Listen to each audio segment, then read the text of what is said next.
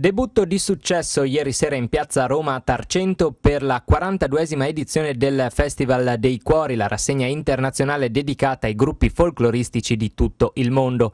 Il direttore artistico Massimo Boldi ci spiega le peculiarità di questa edizione 2011.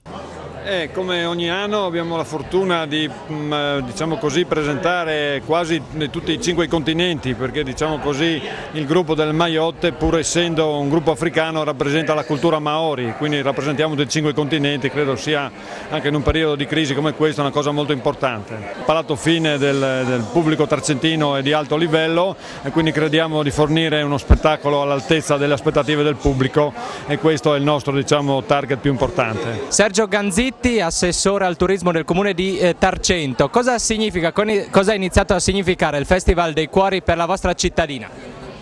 Quest'anno è la 42esima edizione e già questo numero indica la storia di questo festival. È il primo festival del folklore in regione, è il più antico, è nato da un'idea del compianto Cavaliere Gritti, che ha voluto portare a Tarcento i giovani da prima di tutta l'Europa, quando ancora qui a pochi chilometri c'era la cortina di ferro, e questo festival riusciva ad abbattere anche queste barriere politiche, e poi pian piano si è allargato fino a che è diventato mondiale, internazionale, e le recenti edizioni hanno visto la partecipazione di gruppi provenienti da tutti i continenti.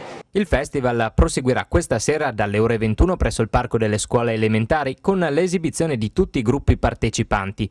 Domani, venerdì, di nuovo in piazza Roma con il Festival Party. Sabato la serata delle specialità. Domenica clou con la sfilata dei gruppi per le vie del centro di Tarcento. Lunedì il gran finale con la chiusura.